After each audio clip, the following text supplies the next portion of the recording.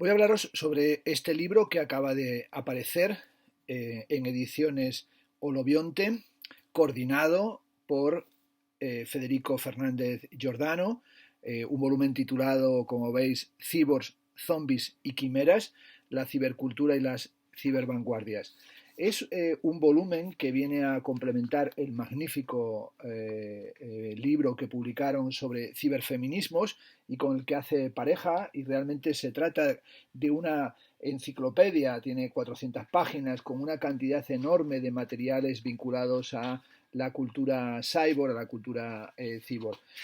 Bueno, un libro que resulta muy difícil de comentar, dado que cada una de sus partes podría llevarnos realmente un buen rato. Incluye desde materiales clásicos hasta textos y hechos específicamente o inéditos que han aparecido aquí publicados por vez primera, en una combinación realmente muy bien establecida entre materiales de autores extranjeros y también de jóvenes ensayistas y teóricos y académicos españoles. Voy a hacer un recorrido muy aleatorio a través del volumen, bueno, sobre todo porque, como digo, 400 páginas de este tipo de textos no es precisamente algo que se pueda comentar sino en el curso de 3 o 4 horas. Bueno, comienza el libro con un ensayo de Stellark, el conocido artista que realizó en su primera época performance que tenían más que ver con cuestiones chamánicas o de desafío corporal y que fue progresivamente convirtiéndose en una referencia de todo lo que tenía que ver con las prótesis cibernéticas, y es un texto que se titula Ideas parásitas, en el que Estelar, que entre otras cosas dice que siempre ha existido un miedo hacia lo involuntario y lo automático, hacia el zombie y el cyborg, pero lo que tenemos es aquello que siempre habíamos sido y aquello en lo que ya nos hemos convertido. Va a ir hablando de algunas de sus piezas, como la escultura estomacal, y sobre todo va a ir hablando de las ideas o de los conceptos que tienen que ver con su trabajo, para terminar hablando del cadáver comatoso y la quimera, donde dice que vivimos en un tiempo de carne circulante, carne fractal, carne fantasma. Vivimos en una era de exceso e indiferencia, de prótesis y sistemas, una era, dice, de órganos sin cuerpo, una variación sobre la cuestión del cuerpo sin órganos. Por cierto, esta cuestión de órganos sin cuerpo, que es también una noción que desarrolló Slavoj Žižek contra el cuerpo sin órganos desplegado por Deleuze y Guattari. El muerto, el casi muerto, dice Stellark, el no muerto y el nonato existen simultáneamente. Vivimos en el tiempo del cadáver, del coma y la quimera, el tiempo de los zombies, los cyborgs, los híbridos y los humanoides. El segundo texto, que es uno, en mi opinión, de los mejores que hay en este volumen, es un texto de Sadie Plant y de Nick Land, titulado Ciberpositivo, que fue publicado originalmente en el año 1994, y es una de las piezas, como se dice aquí en las notas de edición, que están muy bien formuladas, una de las piezas fundamentales de la Unidad de Investigación de Cultura Cibernética, el colectivo, digamos, que fue mentor o un faro, un guía para ellos, los delirios de Nick Land. Hay que decir que este texto de Ciberpositivo, que es un ensayo que leí hace tiempo, cuando lo he vuelto a leer me ha gustado mucho más todavía que en la primera ocasión. Un texto paranoico crítico, con una cantidad enorme de neologismos y con una prosa centelleante, con muchos momentos pirotécnicos, pero con un montón de ideas que merece la pena recuperar, sobre todo esa visión de la catástrofe como el pasado haciéndose pedazos y la anástrofe como el futuro que se aglomera, que es algo que en cierta medida lo podemos aplicar a nuestra situación actual del COVID-19, del confinamiento y del futuro realmente distópico que se nos presenta. Y como señalan en la página 25, que el cambio climático, el derrumbe ecológico, inmunitario, el levantamiento ideológico, la guerra y los terremotos, vivimos en una era de fracturas y colapsos, una época de pandemias digitales en la que la modernidad se cae a pedazos. Bueno, aquí van hablando sobre la cibernética y la cultura de la seguridad, sobre el ser que murió, dicen en una fórmula brillante y también abismal, el ser murió en el búnker del Führer y la pureza pertenece por entero a la policía, donde hablan de la interzona de William Burroughs, pero también de la transmisión de información, de las drogas como el MDMA y el éxtasis y la cultura de la carencia, la cultura del caos, la paranoia, cómo ha ido cambiando de signo en nuestra época. En la página 29 dirán: nada pone en peligro a la inmunidad más que los esfuerzos por asegurarla, dado que cada sofisticación sucesiva de la securotecnología abre avenidas de invasión nuevas mucho más rápido de lo que cuesta cerrar las antiguas. La inmunización de la posguerra debilita el sistema inmunológico, los programas de vacunación facilitan el contagio de síndromes de inmunodeficiencia. He estado también estos días releyendo Immunitas de Roberto Espósito y sin duda se podrían tirar también hacia aquí. Aparece también la fascinación por Skynet y por Terminator, que está presente en otros ensayos de este volumen. También se rinde aquí homenaje a el carácter precursor de Gibson, de William Gibson, especialmente su visión del hielo, aquel intruder countermeasure electronics, ¿no? La electrónica de contramedidas de intrusión, y toda esa capacidad que tuvo Gibson de hablarnos de los virus, de los sistemas de protección informático, de los bloqueos, pero también de los somníferos, de los sueños, de las pesadillas. Y terminará el texto hablándonos de cómo estamos entrando en la cultura del caos y de la inteligencia militar de Siberia, y cómo quizá no sepamos de qué va todo, pero estamos más cerca. Solo los enemigos de la inmunidad poblarán el futuro. El siguiente es un texto fundamental de Douglas Rushkoff, que se titula Incursiones hipertextuales. Es un extracto del libro Siberia, Life in the Trunks of the Cyberspace, que se publicó también en el año 1994. Por cierto, Douglas Rushkoff, que ha sido un ensayista que ha tenido muy poca fortuna en nuestro país y que hasta donde yo sé no se ha publicado, o yo no tengo ningún libro suyo traducido al español. Tengo aquí precisamente, porque quiero comentarlo en algún momento, el libro de Rushkoff, Mediavirus. Este texto también crucial, como el que acabamos de mencionar de Siberia, pero como decimos, Rushkoff no ha sido alguien que haya sido muy traducido. Comienza en este ensayo de las incursiones hipertextuales con la interzona de William Burroughs, a la que pone en conexión con el ambient de Brian Eno, y va hablando también de enchufándose a la matriz y de la literatura cyberpunk, como la califica el retrato saturado de grano de un mundo futuro no tan distinto del nuestro, y como la invención de la matriz, dice en la página 37, incluso como un constructo literario, señala el nacimiento de la ficción cyberpunk. Aquí recoge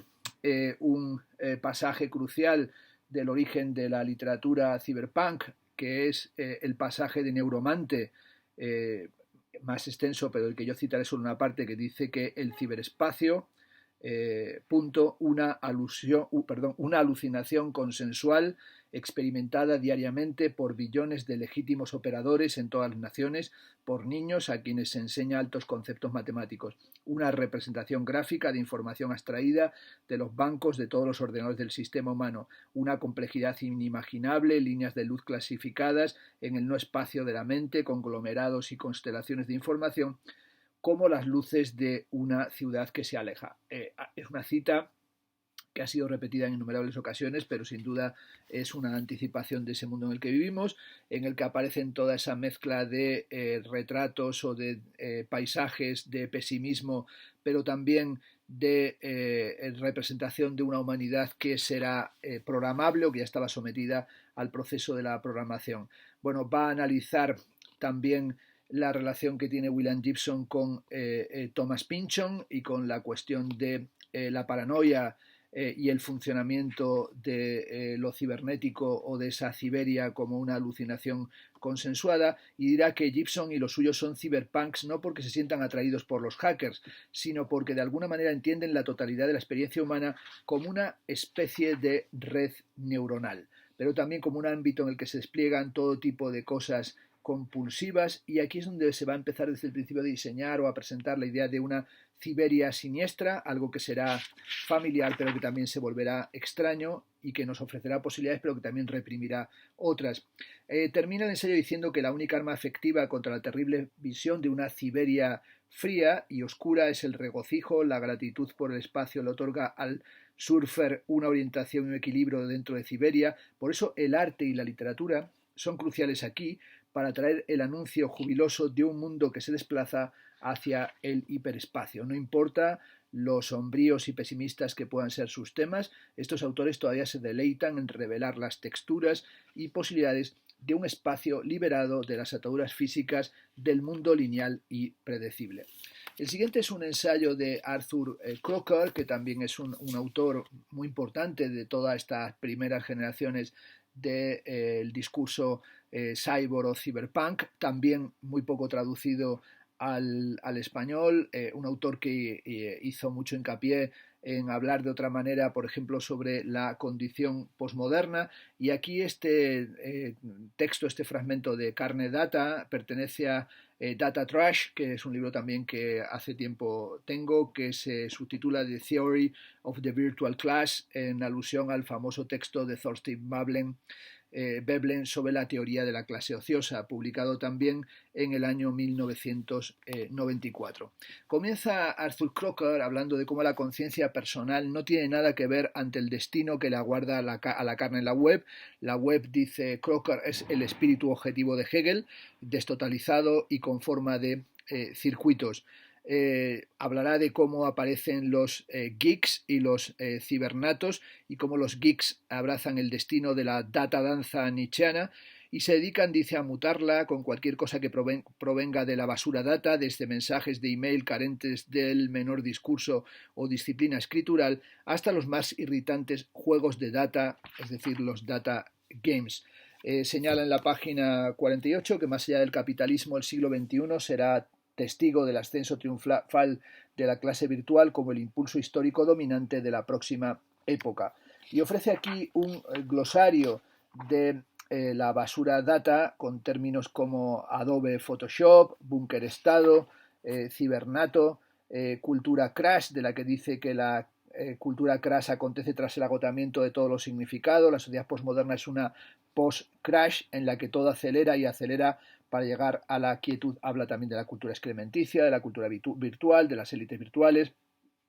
del papel del fascismo, cuando dice que el estado de ánimo mundial prevaleciente en una era de pancapitalismo y de presión regulada, su esencia es la imposición de la disciplina punitiva como el factor privilegiado para el control social y la purificación sacrificial de la sociedad. Hablará también de nuestra época como una época de fascismo liberal o de fascismo retro, de la nostalgia del cuerpo, del papel que tiene el Prozac, de la red mediática, de la telemática, de la voluntad de pureza, señalando que la política de los 90 es exfoliante sexual y exfoliante étnico, exfoliante intelectual, exfoliante racial y exfoliante para Internet, y la política de una búsqueda enteramente ficticia de una pureza que nunca existió y jamás existirá, y acaba hablando de la voluntad de virtualidad.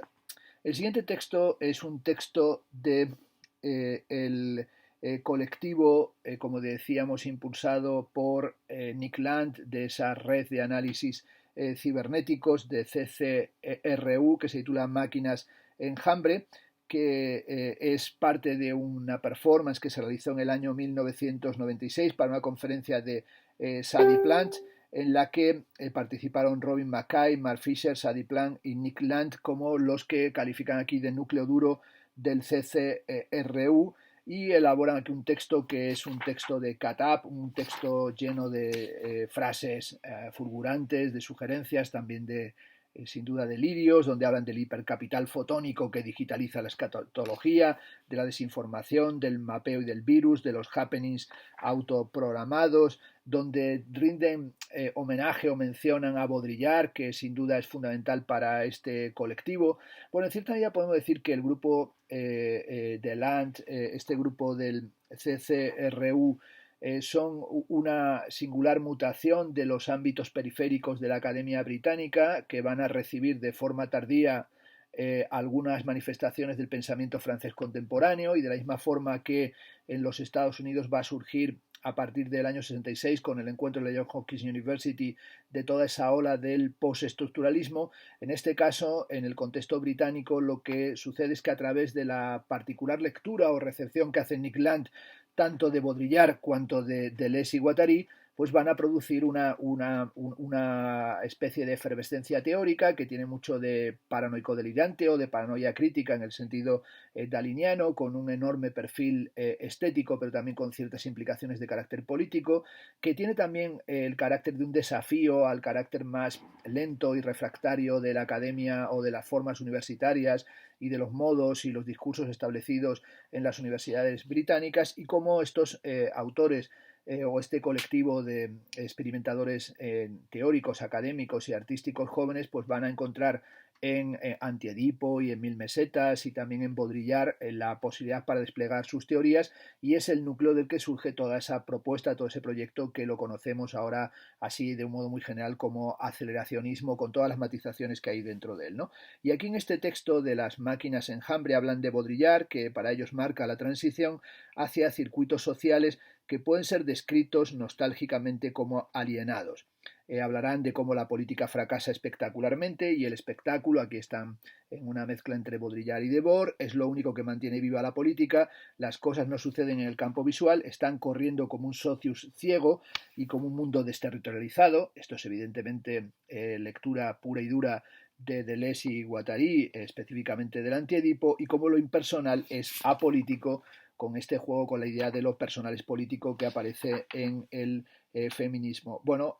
hablarán también en este texto de la importancia que tiene la música y concretamente el jungle y el diagrama abstracto de un nuevo devenir planetario, y la importancia que para ellos tiene la cuestión del capitalismo esquizofrénico como culturas sin sociedad, topología mutante de conexiones no anticipadas. Bueno, esta idea de una cultura sin sociedad también va a marcar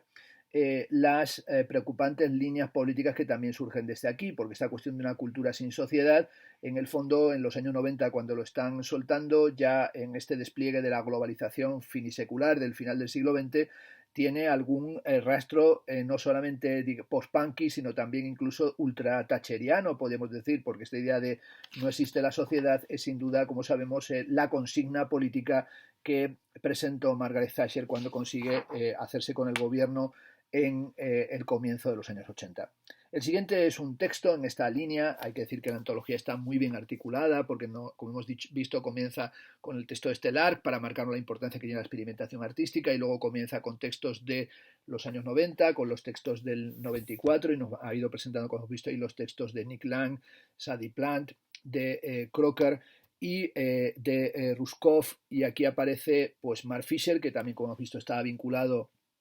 a ese núcleo de Land, Sadie Plant y otros, y el texto se titula Terminator contra Avatar, notas sobre el aceleracionismo. Según se indica aquí, es un texto presentado en un simposio sobre aceleracionismo que se celebró en la Universidad de Goldsmith el 14 de septiembre del año 2010,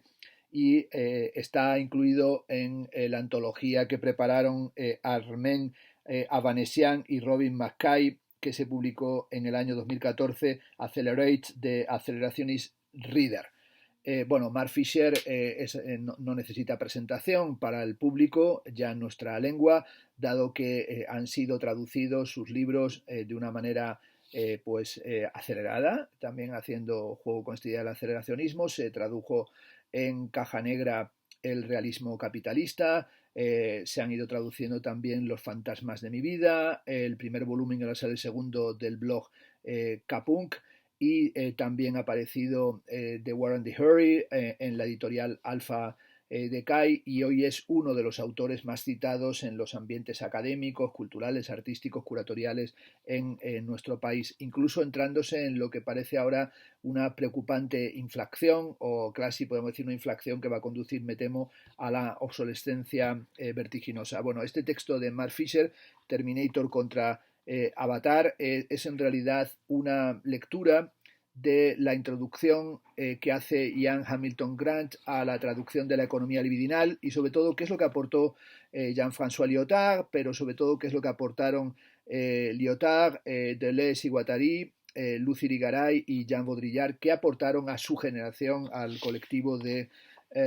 Mark Fisher, Nick Land, Sadie Plant, todos los que hemos mencionado, ¿no? Aquí introduce una cita que casi podemos decir que es un mantra para los aceleracionistas, que es un pasaje del Antiedipo en el que se dice lo siguiente: pero ¿qué vía revolucionaria? ¿Hay alguna? retirarse del mercado mundial, como aconseja Samir Amin a los países del tercer mundo en una curiosa renovación de la solución económica fascista, o bien ir en sentido contrario, es decir, ir aún más lejos en el movimiento del mercado, de la descodificación y de la desterritorialización, pues tal vez los flujos no están aún bastante desterritorializados, bastante descodificados desde el punto de vista de una teoría y una práctica de los flujos de alto nivel esquizofrénico. No retirarse del proceso, sino ir más lejos, acelerar el proceso, como decía Nietzsche, en verdad, en esta materia todavía no hemos visto nada. Esta es una cita, digamos, es como el basamento, es la tabla de la ley, es el mandato aceleracionista, es acelerar el proceso y sobre todo no hemos visto nada, hay que ir todavía más lejos, como en esas dinámicas baudrillardianas que hay que radicalizar para que se produzca no tanto una explosión cuanto una implosión. Y es algo que también rescatan desde la economía libidinal y la idea del nuevo anonimato de los suburbios, las cantinas y las matutinas y nocturnas, y lo va a desplegar en una aproximación a Avatar, a la película Avatar y a Terminator, por cierto, que aparecen en el título, pero que luego en el ensayo se diluyen o no es que sean precisamente muy comentadas. Las tres cosas que establece en la página 69, fundamentales para entender el aceleracionismo, son las siguientes. Dice Mark Fisher, todo el mundo es aceleracionista. 2, el aceleracionismo jamás aconteció. 3, el marxismo no es nada si no es aceleracionista. Aquí retoman también a Zizek y especialmente los comentarios de Zizek sobre Nietzsche, cuando dice que al nivel del contenido la filosofía de Nietzsche es hoy eminentemente asimilable, pero es el estilo, la invectiva, lo que carece de un equivalente contemporáneo imaginable, al menos en el solemne campo del debate académico. Aquí aparece esa voluntad de Mark Fisher y también de los otros teóricos del CCRU de modificar el discurso académico o por lo menos apartarse de la caspa y de la inercia del viejunismo que estaba establecido en el ámbito universitario, utilizando a Deleuze, Guattari, Lyotard, Baudrillard, Luciri-Garay, sobre todo para instrumentalizar la libido para propósitos políticos, es decir, es esta desterritorialización de lo todavía no visto y sobre todo cómo ellos van a utilizar o van a pensar en Nick Land y de hecho así lo dirá, como dice Mark Fisher, nuestro Nietzsche, es decir, con la misma hazaña, dice en la página 70, contra las tendencias llamadas progresistas, la misma mezcla estrambótica de lo acérrimo con lo futurista y un estilo que actualiza la escritura aforística del siglo XIX en lo que Kuo Shun llamó textos a la velocidad de sampleo.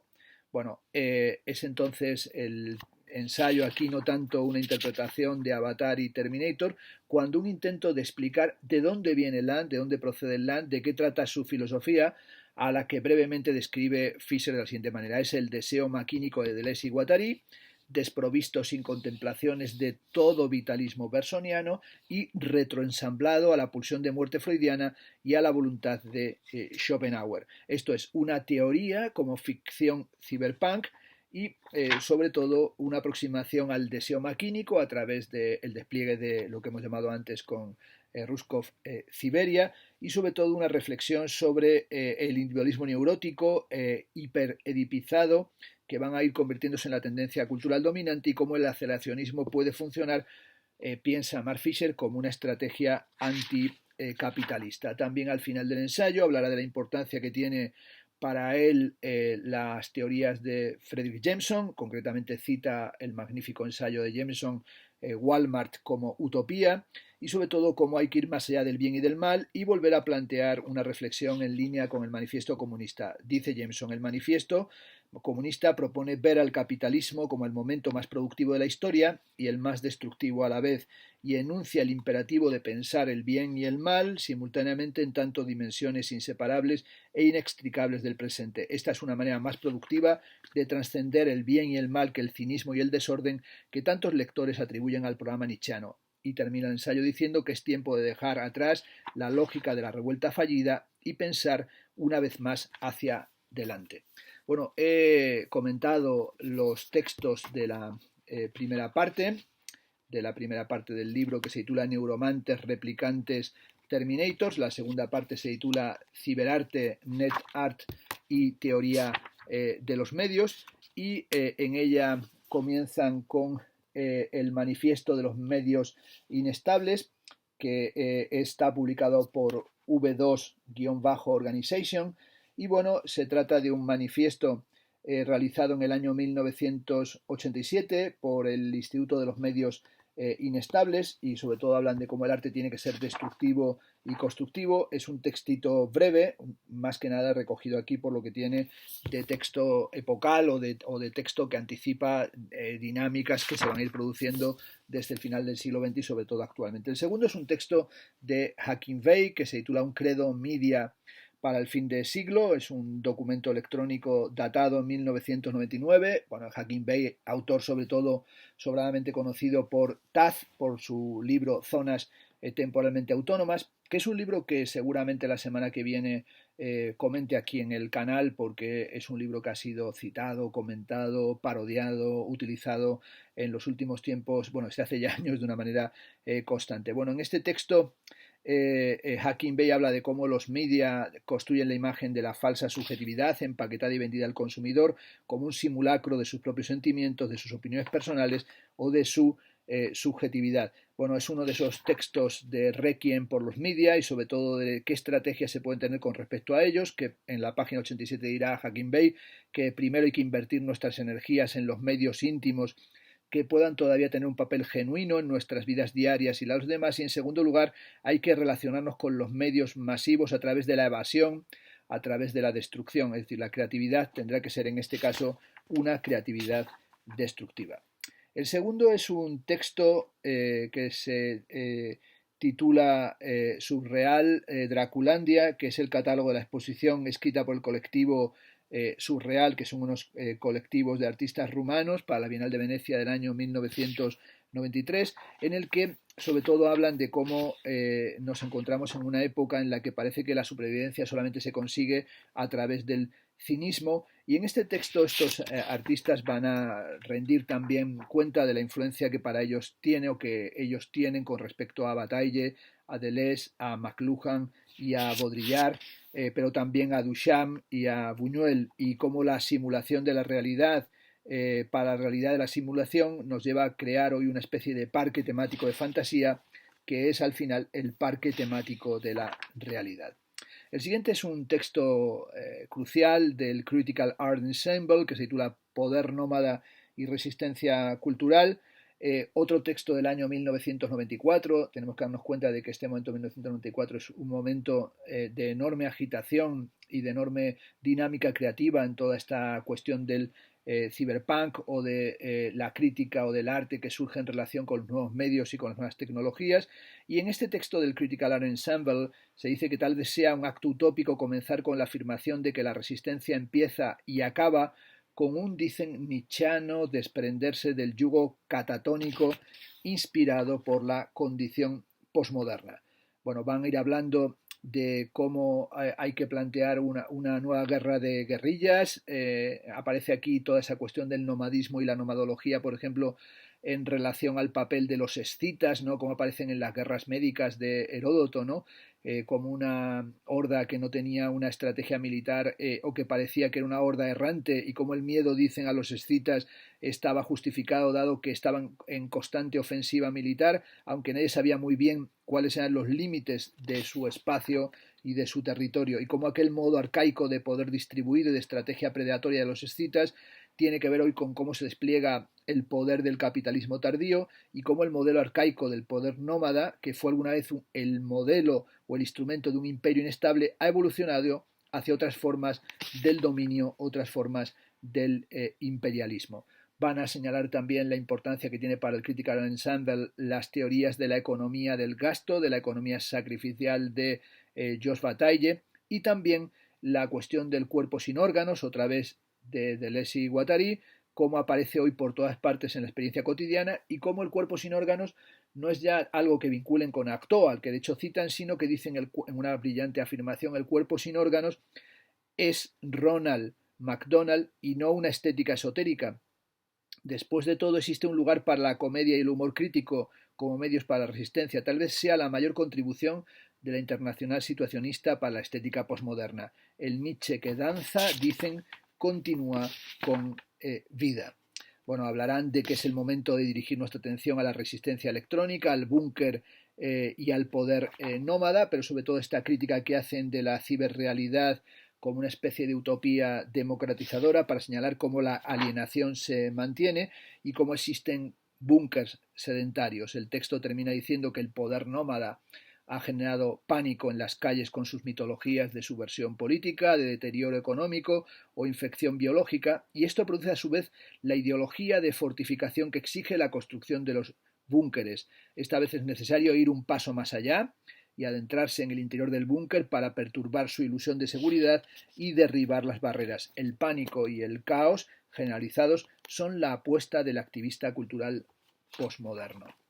El siguiente es un texto de Laura Baigorri que se titula Del videoarte al netart, arte y comunicación en la era de la mitificación tecnológica. Apareció en la revista Exit Express en el número 31 del 2007 y también en el volumen Narrativas digitales y tecnologías de la imagen que compiló Menenegras en Casa Asia en el año 2012. Un ensayo muy bien escrito de Laura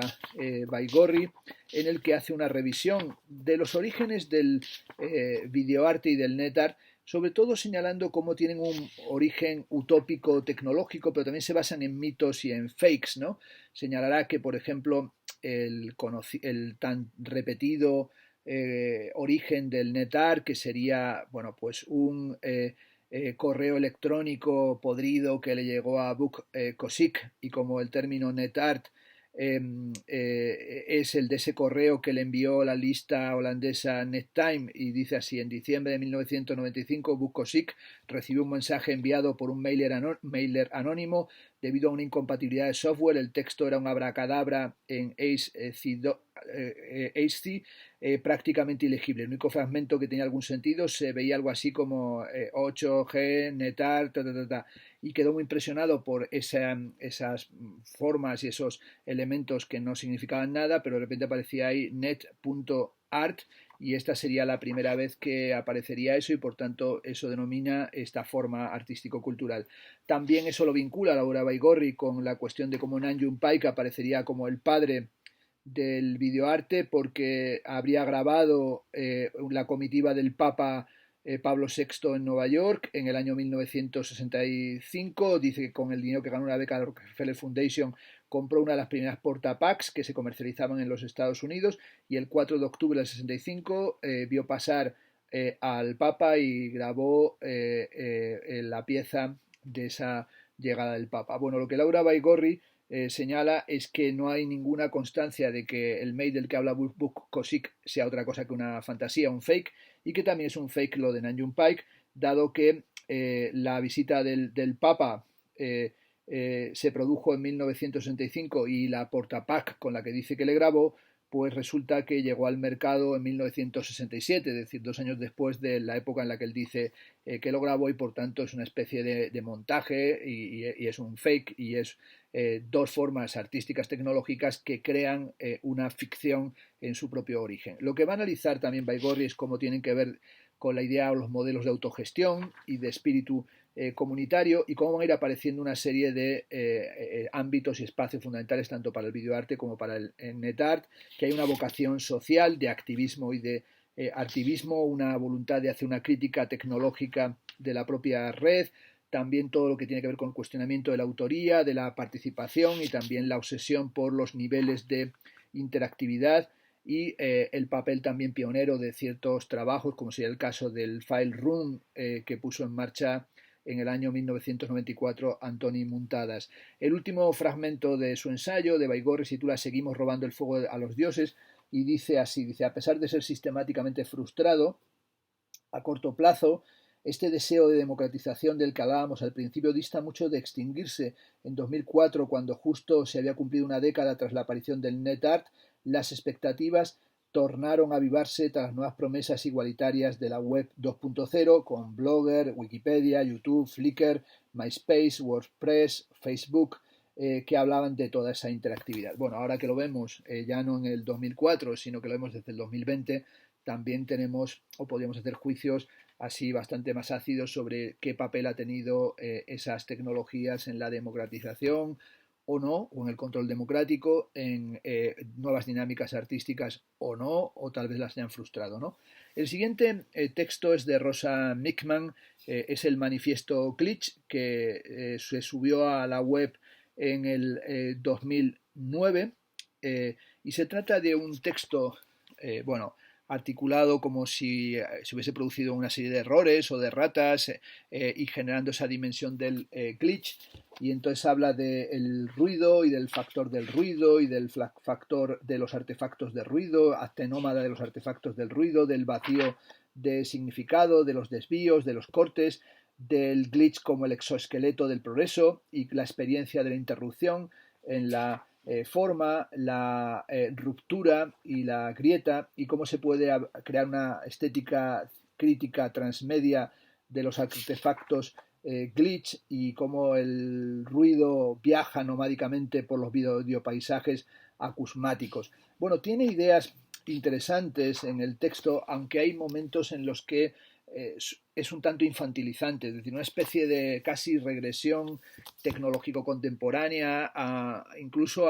por detrás de los caligramas de Apollinaire, es decir, esta idea de sí, es el glitch, pero no es el glitch, en realidad el texto está perfectamente maquetado, está presentado de una forma perfectamente legible, es decir, es un manifiesto glitch que apenas introduce glitch, ni ruido, ni error, sino que quiere ser leído, y en este sentido no introduce ese factor de desorden y ese factor de movilidad, y nos viene a decir que allí donde habría ruido en realidad lo que hay es orden, y allí donde hay caos en realidad hay una organización central, y hay una especie de obsesión por la legibilidad que yo creo que neutraliza e invierte completamente el signo que Rosa Michman quiere marcar aquí en el manifiesto glitch. Pero sí es interesante lo que quiere plantear, que es esos errores y ese congelarse de la imagen, esos fracasos aparentes del significado, ese ruido y esa nueva acusmática y esa dimensión nómada. Pero hay que decir algo, y es que sin duda el manifiesto glitch de Rosa Michman no ha seguido el criterio ese deleuziano, de Guattari, aceleracionista, de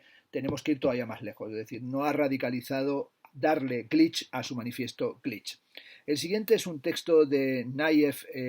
Yeya, que se titula Pornocultura, Género y Identidad. Es un selfie a las puertas del apocalipsis, que se trata de un texto que presentó en una conferencia en la Maestría de Estudios de Género de la Universidad Autónoma de Querétaro en el 2019, y que se publica por vez primera, según parece aquí, en este libro, donde habla sobre la pasión cyborg, también analiza la historia de la fotografía, qué papel tiene el selfie, donde, por ejemplo, recoge una interesante cita de Shoshana Zuboff, que es también un libro que quiero comentar pronto aquí en el canal, de su libro sobre el capitalismo de la vigilancia, donde habla de la concesión unilateral de la experiencia humana privada como materia prima y gratuita para ser convertida en datas del comportamiento. Bueno, va a analizar esta cuestión de los selfies y del narcisismo y del papel que tienen en la performatividad en las redes sociales, toda la cuestión de los selfies sexys. Es algo que ha analizado, por ejemplo, o del porno selfie, que ha analizado también Joan Fontcuberta en La furia de las imágenes, y por supuesto Juan Martín Prada, que ha trabajado estas cosas en su último libro publicado en la editorial ACAL sobre el ver y las imágenes en el tiempo, en la época de Internet. Bueno, toda esa cuestión del selfie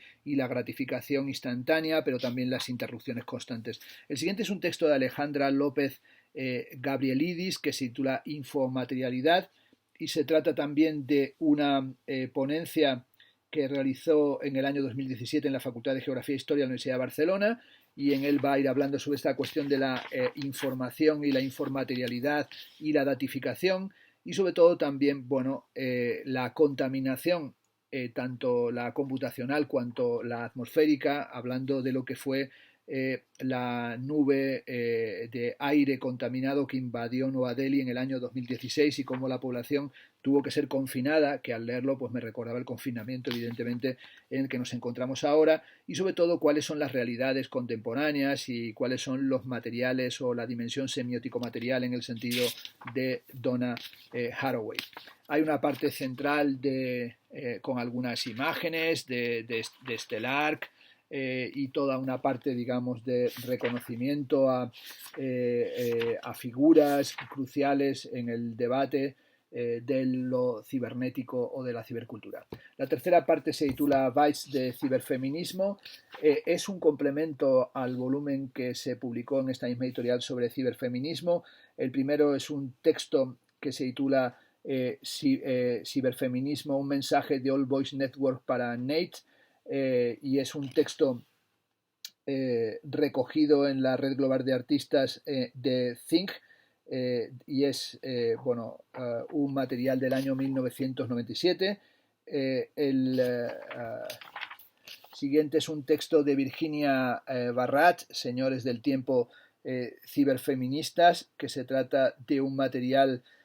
presentado a partir de la reunión anual de la Sociedad de Estudios Sociales de la Ciencia del año 2018, también sobre esa cuestión de cómo el ciberfeminismo, igual que hablaba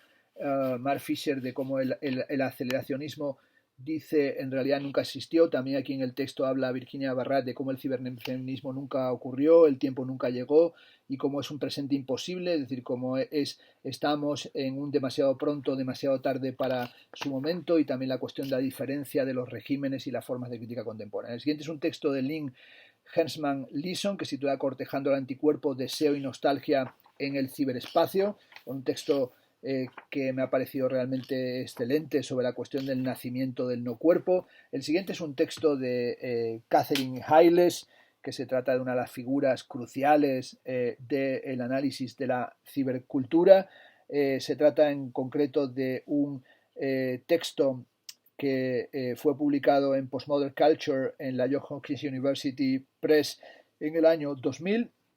Se titula Conectividades parpadeantes en Patchwork Girl de Sally Jackson, y sobre todo, bueno, en él va a releer y a analizar una cantidad importante de materiales. Por ejemplo, vuelve sobre Roland Barthes, sobre su ensayo From Work to Text, de la obra al texto, y sobre todo mostrando ahí la clarividencia de Roland Barthes y sobre todo la cuestión de la dispersión, de la autoría múltiple, de la estructura rizomática y toda esa cuestión de cómo ya Barthes decía que la metáfora del texto es la misma que la metáfora de la red. Bueno, hablará de la condición de texto hoy como un texto etéreo y dirá que en la página 215 Mark Rooks, en su importante libro Autores y Propietarios, la invención del copyright, muestra que el copyright hizo algo más que proporcionar una base legal para la propiedad intelectual, y cómo los debates alrededor de este concepto generaron también otras asunciones en el ámbito de lo que contaba como creatividad, autoría y literatura propiamente dicha. Hace una revisión de lo que es el copyright y los derechos de autor en relación con el individualismo posesivo y con la filosofía del individualismo en el sentido del famoso libro de Macpherson, pero también de Locke, con aquella idea de cada hombre tiene una propiedad que es su propia persona, y esta dimensión de la propiedad tiene que ver también con la idea de la originalidad y del trabajo de lo original, y bueno, la cuestión de la hipertextualidad o incluso de los modos de cuestionamiento de la autoría que se producen en las textualidades y en las formas creativas contemporáneas, que es algo que va a analizar a partir del trabajo de Patchwork Girl de Shelley Jackson, y sobre todo, bueno, un texto, como siempre en el caso de Catherine Hayles, tremendamente erudito y muy brillante. La cuarta parte del libro se titula Tras las huellas del manifiesto Cyborg. Comienza con un ensayo de Mark Drerry, bueno, muy conocido por todos sus volúmenes y todos sus análisis de la cibercultura. En este caso, los comentarios intempestivos que aparecen publicados es una conferencia que impartió Mark Drerry en la Facultad de Artes Visuales de Nueva York, y que se publicó en Art Lab 23 en el volumen 1 en primavera del 2003, y en él hablará, bueno, de lo que ha sido o de cómo se está planteando hoy el arte de lo que él llama una estética húmeda o una estética biotecnológica o de maquinaria soft, en la que menciona a Eduardo Kac, su famoso conejo fluorescente, o a Patricia Piccini, su instalación de Breeding Room, una habitación de cultivo, Thomas Grusfeld con sus Mischief, sus inadaptados o indeseables, pero sobre todo cómo ha ido avanzando o cómo se ha ido mutando la cultura cyborg. Dice, así que los tan celebrados cyborgs, dirá en la página 255 de la teoría postmoderna, son un timo. No hay galleta crujiente y cremosa en el interior. Si lo pelas como una manzana, encontrarás dentro otro robot chirriante y frankensteiniano. Bueno, terminará el ensayo señalando que estamos en la víspera de lo que el escritor alternativo de ciencia ficción Paul Di Filippo ha llamado la era del ribofunk, es decir, los hijos despersonalizados, las mascotas clónicas, los salmonetes reprogramados para crecer a toda velocidad, las patatas que se iluminan cuando la tierra está demasiado seca, la terapia genética que podría erradicar algún día la hemofilia, las mutaciones epidemiológicas mucho peores que las del clásico ébola y el espectro de la eugenesia asomando de nuevo. Sin duda pareciera como si estuviéramos en esa especie de distopías de James G. Ballard, al que menciona, y sobre todo en esa especie de paisaje mudo, pero también paisaje de acontecimientos ya consumados. Ahora vivimos, termina el ensayo, en los tiempos de la viscosidad y la gelatina y los genes empalmados, unos tiempos que requieren del arte que vaya dejando un reguero pringoso a su paso. Para parafrasear a Donna Haraway, prefiero ser un objeto amorfo que un cyborg. El siguiente es un texto titulado Surrealismo Cyborg de Tirsa Nichols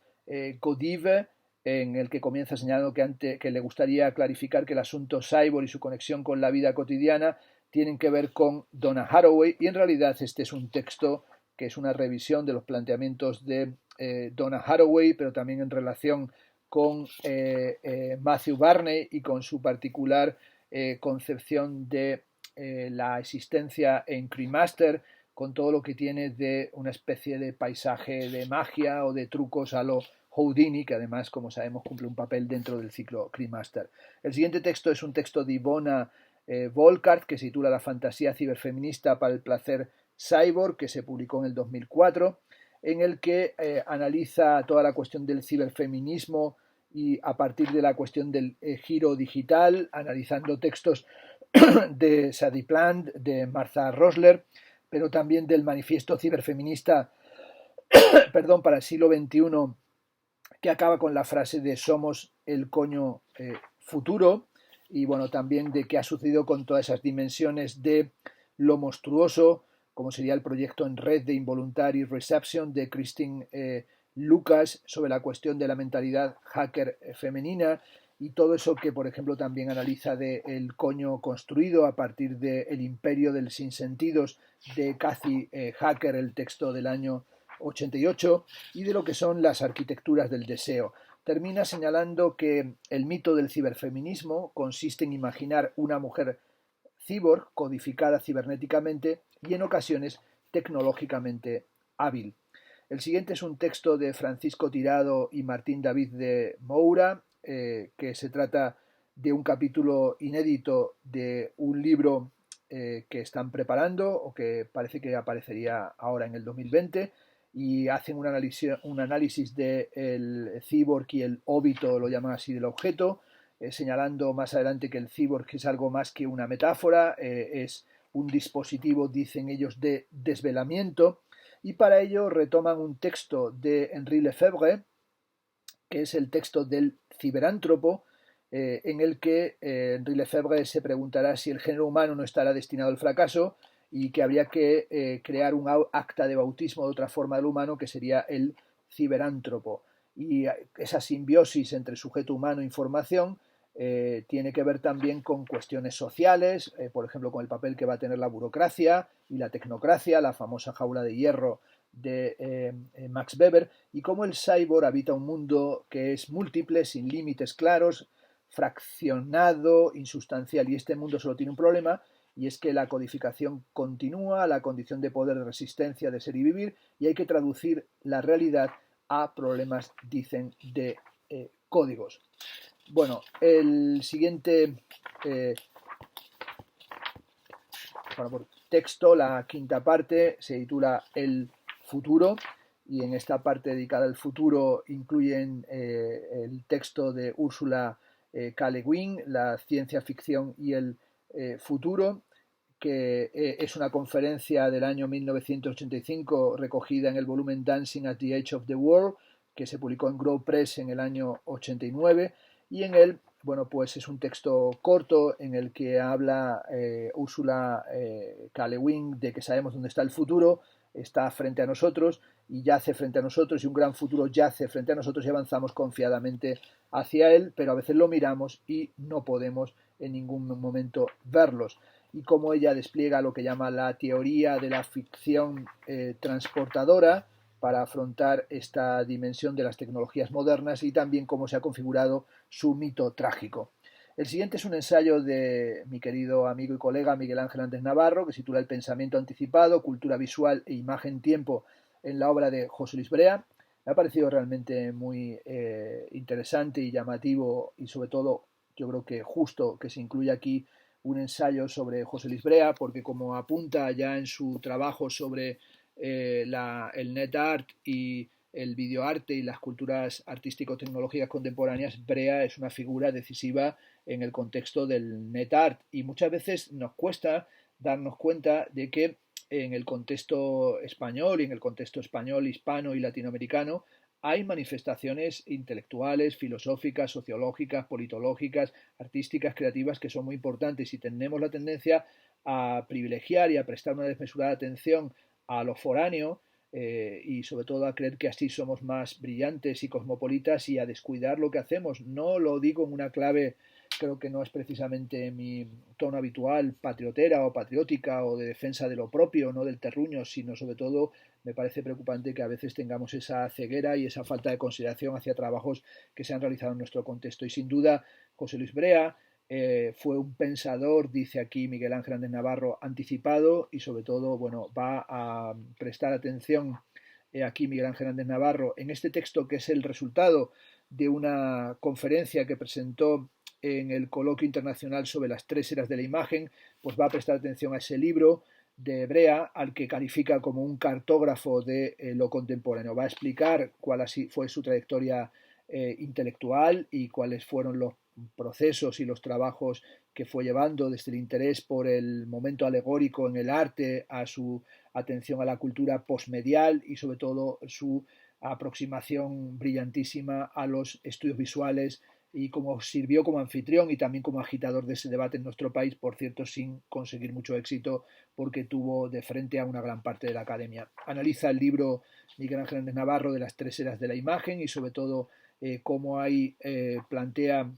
una denuncia de las falsas retóricas de la resistencia, y sobre todo cómo es fundamental lo que Brea señaló, que hay que tener, decía Brea, tolerancia cero con el espectáculo. La crítica, decía José Luis Brea, no debería realizarse ni desde la curaduría, ni desde el suplemento cultural, ni siquiera desde la historia del arte. Y para él, la fe en el arte se había convertido sin duda en la religión de nuestro tiempo. También va a analizar Miguel Ángel de Navarro el papel que tuvo Brea en los estudios visuales como disciplina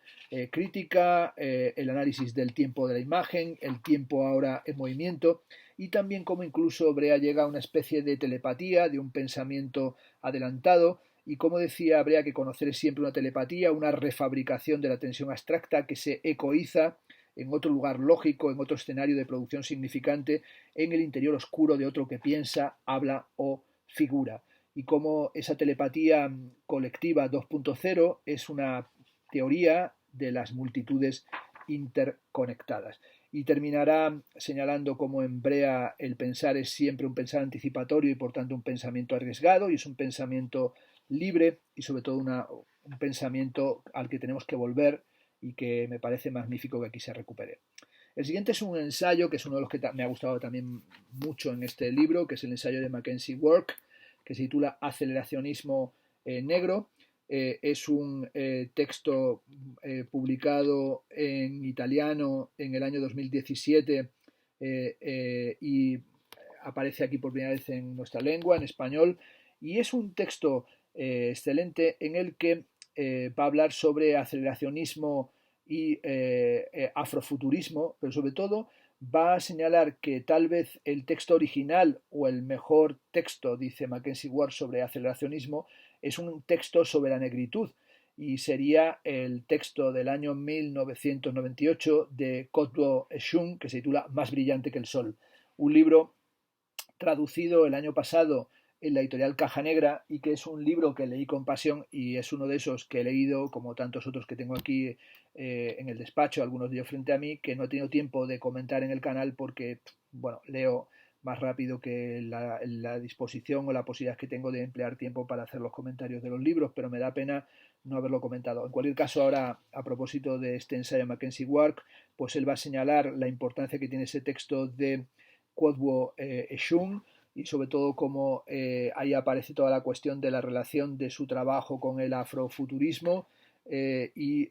cómo va a ir realizando todo un análisis que tiene que ver también con los trabajos, por ejemplo, de Eduardo Viveiros de Castro sobre la historia y el fin de la historia y también el mundo sin nosotros, es decir, esa idea de un mundo en el que el colapso del antropoceno, del capitaloceno, del petroloceno, de todo, llevará en realidad a nuestra disolución y también cómo Shun va a ir hablando de Más brillante del sol, de crítica musical, pero en realidad una reflexión de crítica musical que es sobre el impacto del futuro y cómo amortiguar el impacto del futuro y cómo hay una reflexión que va de Internet a los videojuegos de simulación, a la investigación y el desarrollo militar, al complejo militar de entretenimiento, pero también a la labor del escritor como un sensor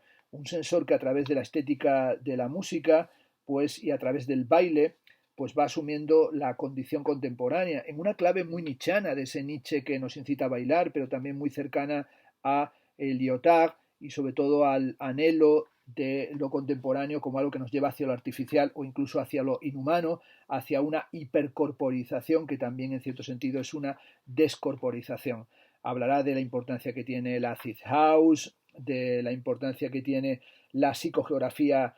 sónica, y también la cultura pop y dirá que en la página 361 que si acaso existe una historia de los orígenes para la música digital negra, hay que decir que si el blues o si el jazz tiene sus orígenes en el delta del Mississippi, la historia del afrofuturismo o de la música digital negra tiene sus orígenes en Kraftwerk. Es decir, el origen de la música digital negra tiene su origen en la banda maravillosa, en la banda alemana, ¿no? Hablará de la importancia que tiene la ficción sónica como un manual para fugarse de la Tierra y un programa para reintegrar a la atmósfera y aterrizar en la pista de aterrizaje de baile en todos sus sentidos, y la importancia que tiene el tecno como una economía deslibidinizante de pulsos estrictos y de señales nítidas recortadas, y bueno, como hay una necesidad de pensar de nuevo el sistema nervioso remodelado por los bits en un nuevo tipo de condición sensorial y cómo la cabeza va a la zaga del resto del cuerpo, y también cómo se podría hablar de toda esta aceleración que en el caso de Kwodzeo Eshun sobre todo nos plantea una cuestión fundamental, es que el aceleracionismo tiene que tener también presente las cuestiones raciales, las cuestiones de la raza. El siguiente texto es un texto de Cristina Jurado que nos aporta otra visión, que en este caso el texto se titula Gulf Futurins, y Mackenzie Wark nos habla de ese aceleracionismo negro. Aquí este Gulf Futurins lo que nos habla es del futurismo y incluso del aceleracionismo en el Golfo Pérsico y sobre todo como esta dimensión de este nuevo espacio de lo que serían las ciudades y las nuevas construcciones de museos y de complejos turísticos en el Golfo Pérsico y sobre todo en la ciudad de Masdar City en los Emiratos Árabes, ¿no? Y sobre todo como esa ciudad de Masdar City, que era una ciudad sostenible, una ciudad sin emisiones de carbono, sin producción de residuos, en una especie de búsqueda de un Silicon Valley en los Emiratos Árabes, pues fracasó. Esta ecotopía no se pudo articular y finalmente se ha convertido en una ciudad fantasma y se ha tenido que reinventar y ha tenido que reinventarse como una ciudad que ya no es de emisiones cero, sino de bajas emisiones, y sobre todo para el texto en Cristina Jurado entiende que ahí está casi el cimiento del Gulf Futurins, ¿no? La noción de Gulf Futurins fue acuñada por Sofía Al-María y Fátima Al-Quadiri. Bueno, yo tengo que decir que no había oído hablar del Gulf Futurins, es decir, que esto es lo bueno de este tipo de libro, es decir, no tenía ni idea de que estaba en circulación esta noción, y sobre todo como Al-Quadiri y Al-María hablaban de todo un movimiento estético subversivo que tiene que ver con la hipermodernización de la región y también con el papel que tiene la cultura islámica. Y Al-María dirá que una de las formas de vida más antiguas ha tenido que hacer frente a una riqueza y un capitalismo extremos, el cristal y el acero contra la lana y los camellos. Se ha producido un salto, dice, cuántico y existe una brecha temporal. Ambas cosas se han unido y hay una pieza de la historia que falta. Esta cuestión del Gulf Futurismo me parece interesante para pensar, como dicen, las grandes estructuras como la torre Burj Khalifa, la isla artificial de Pan Jumeirah, la ciudad automatizada de Neom, Masdar City, los grandes centros comerciales en Dubái y también en el Mall of the Emirates, las infraestructuras que se han construido para la Copa del Mundo de Qatar o también los museos que han desembarcado como el Museo del Louvre o el Museo del Futuro en Dubái. Es decir, ¿qué es lo que está sucediendo en este lugar? Que como señalan María y Al-Qadiri, hay una fricción de temporalidades y hay una fricción de ideologías y de concepciones, ¿no? Jussi Parikka señala que el arte se encuentra en una posición preferente para reflejar y cuestionar las tensiones culturales, sociales, políticas y económicas del presente. Totalmente de acuerdo. Las prácticas artísticas nos ayudan a comprender las formas de poder temporal, así como los reclamos territoriales y las dislocaciones ya existentes, además de ofrecernos maneras visuales y narrativas que prescriben un futuro postcolonial aún por venir. El Gulf Futurins tiene que ver, como señalan aquí Cristina Jurado, con el retrofuturismo y bueno, hablará de la ficción autobiográfica de Al-María que se titula The Girl Who Felt the Earth, en relación con la obra de Walter Travis del año 63, The Man Who Felt the Earth, que se convirtió, como sabemos, en película protagonizada por David Bowie, en la película de Nicolas Roeg. Y sobre todo nos hablará de esta época, que es una época que tiene esa combinación de retrofuturista, agorafóbica, pero también nostálgica, y nostálgica en el sentido de Svetlana Boym, de una nostalgia que no tiene por qué ser reactiva, sino que puede ser una nostalgia reflexiva. Dice que para comprender la relación entre el Gulf Futurismo y el retrofuturismo es necesario recurrir a la obra de Mark Fisher y sobre todo a la noción de hauntología, de fantasmología, de ontología fantasmal que Mark Fisher y también Simon Reynolds toman de los textos de Jacques Derrida. Fisher se posiciona claramente en un horizonte político, dicen en la página 363, contrapuesto al capitalismo realista, será el realismo capitalista, una noción que sirve para que el propio capitalismo neoliberal se autodefina como la única alternativa viable en los términos económicos y políticos, en una época en la que el futuro ha sido lentamente cancelado. Según Fisher, sigo en la página 363, a pesar de todo, no estamos preparados para renunciar a la idea del futuro y a los fantasmas de los futuros perdidos. De hecho, esos futuros cancelados siguen gravitando sobre nosotros como el superego, pero también como el retorno a lo reprimido. Como dirá en Los fantasmas de mi vida, lo peor de todo es que lo que nos prometía el futurismo nunca se ha cumplido, sino que lo que tenemos es una quincalla bodriosa que no tiene nada que ver con todo lo que se encontraba en la futurología, en el futurismo, ni siquiera con lo que se encontraba en Metrópolis de Fritz Lang. China Mieville habla de una agenda política geotransformativa que busca convertir un planeta entero, incluyendo el nivel semiótico, en el biodomo más fecundo posible para el capital. De ahí surge el fantasma de una ciudad moderna en la que habitantes y visitantes prefieren experimentar la escenificación de una ciudad hipermoderna en vez de una realidad más compleja y desestetizada.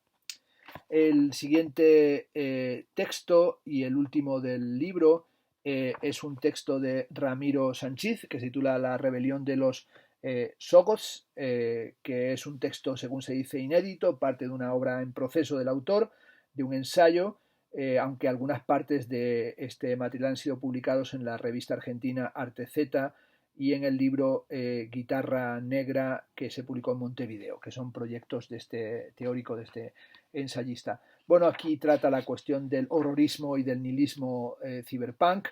de lo que sería nuestra época, que en términos de Mark Fisher es una época en la que se mezcla el pop tierno y el kitsch, en la que vivimos prácticamente en ese Vermilion Sands, en esos pueblos fantasmales descritos por James K. Ballard, en la que hemos completado la cultura poshumanista en el sentido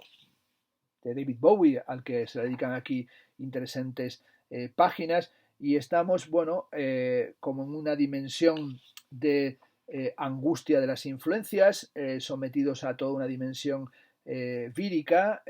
casi vírica en el sentido de la presencia vírica, por ejemplo, de Lovecraft, como se establece aquí a partir de la página 386, y sobre todo se preguntará Ramiro Sánchez, ¿pero qué es lo que ha vuelto tan exitoso al virus cultu en última instancia, en términos de capacidad de infección y replicación? La literatura canónica es siempre cibernegativa y opera ensamblando y manteniendo las hipersticiones humanistas del yo, el individuo, la condición humana y el libre albedrío. La producción anticanónica, en cambio, es eminentemente ciberpositiva, nihilista o indiferentista, como en Lovecraft, Ligotti y Ballard, y su asimilación al sistema literario es siempre resistida. El futuro, dirá Ramiro Sánchez en esta misma página 388, será Word o no será. Bueno, sin duda en esta época pospolítica y en esta época incluso post-cibernética, en esta época del horror ciberpositivo, en esta época donde lo que se ha cumplido es sencillamente ni siquiera una hiperstición, sino casi es heraclitiano, cuando Heráclito dice que solo sucede lo peor, lo que tenemos que plantearnos es cuál será la respuesta, así termina su ensayo, al horrorismo, y dirá Ramiro Sánchez que todo esto llegará porque es inevitable, pero no para ti. Así termina el ensayo de Ramiro Sánchez y así termina este libro de Cyborgs, Zombies y Quimeras, editado por Federico Fernández Giordano para